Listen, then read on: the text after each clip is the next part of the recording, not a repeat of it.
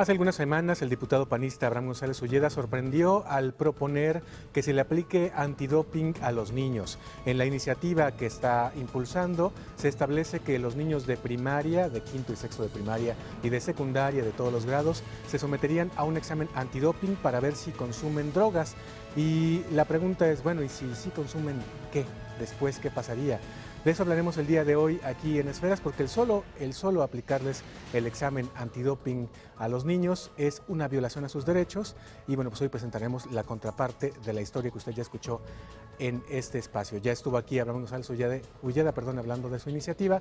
Ahora escucharemos a defensores de los derechos de los niños. Bienvenidos.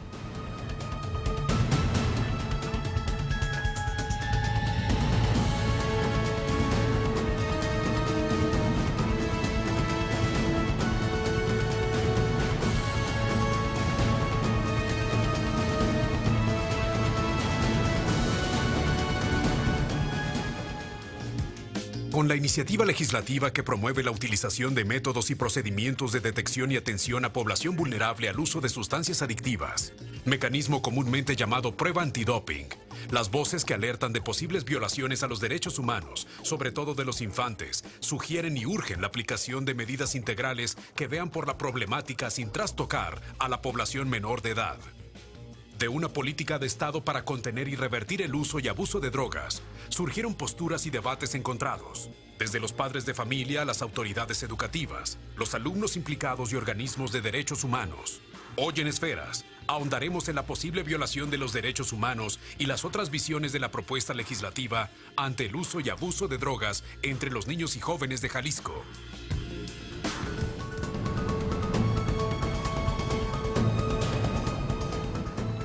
Y es que, bueno, pues este asunto provocó mucho debate. Al principio tuvo dos importantes apoyos. Primero se le dio el apoyo al diputado Abraham González Ulleda por parte de la Asociación Nacional de Padres de Familia y también vino un apoyo por parte del CECAJ, el Consejo Estatal para Prevenir las Adicciones en Jalisco. Sin embargo, el CECAJ después se retractó y dijo que aplicar, como propone el diputado, el antidoping generalizado no sería la mejor opción y propuso mejor, junto con la Comisión de Derechos Humanos, que se aplique algo que se llama tamizaje, es decir, que haya pruebas por escrito y otro tipo de vigilancia hacia los niños para detectar si consumen drogas en lugar de aplicar a todos por parejo el antidoping. Y bueno, pues una de las posturas más claras que se ha escuchado en torno a este asunto de por qué resultaría violatorio de los derechos humanos aplicarle el antidoping y hacer que los niños orinen o sacarles un poco de sangre para detectar si detectan droga, es la de el CEPAD, el Consejo Estatal para la Paz y el Desarrollo. Centro de Justicia para la Paz y el Desarrollo. Que es dirigido por nuestro invitado el día de hoy, Francisco Macías Medina, que me da mucho gusto darle la bienvenida. ¿Cómo estás, Francisco? Buenas tardes, mucho gusto. No, pues muchas gracias por venir. Y como decíamos, tú eres una de las voces que han sido más claros porque pues, el trabajo que ustedes realizan de manera permanente en la defensa de los derechos humanos, pues hay una expertise al respecto, ¿no? Entonces, ¿por qué sería violatorio a los derechos humanos de los niños que se les aplicara un antidoping generalizado? Es violatoria a los derechos humanos porque es una ley que propone solamente una estrategia de control de los efectos de lo que son las adicciones. Es decir, no propone algún tratamiento de fondo para lo que se refiere a las distintas violencias a las que está sujeta la infancia y adolescencia, sobre todo de Jalisco. Un dato nos refleja esta propia situación. Aproximadamente 50.8% de la infancia en Jalisco no son derechohabientes de ninguna institución de seguridad social. Eso de por sí nos habla de un asunto emergente de atención a la salud en general, ni siquiera de atención en el asunto de una adicción, ¿no? Es violatoria de los derechos humanos porque lo que hace el Estado al promover este tipo de iniciativas a través del Poder Legislativo es empeorar esta situación de violencia que tiene la infancia.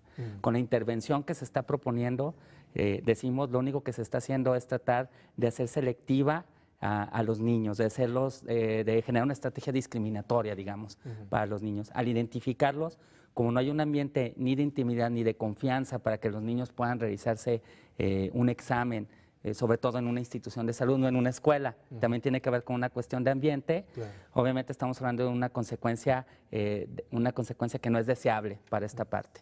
Hay otra parte importante, que es la protección.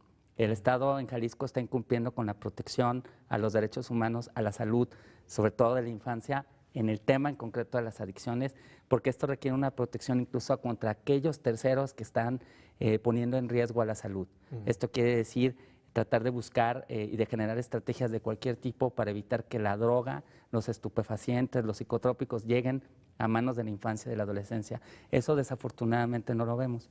Y por último, la cuestión de la garantía. Es decir, se tiene que crear toda una estructura con perspectiva de infancia y de adolescencia para que se garantice un acceso, para que los padres puedan tener una alternativa con perspectiva para que pueda ser atendido el problema. Y en caso de una cuestión extrema, porque si hay casos de niños que tienen y de adolescentes que tienen este problema, puede el Estado entrar con asistencia, pero no forzando la realización de una prueba. Es que justamente ese es el asunto, ¿no?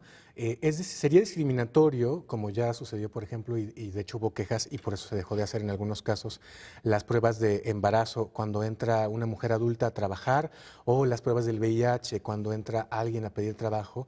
Y entonces, si a un adulto no se le puede obligar ni se le debe obligar porque se violan sus derechos, que se realice un antidoping para conseguir cualquier cosa, para entrar a la escuela, para entrar a una chamba, para lo que sea, a un niño muchísimo menos, ¿no?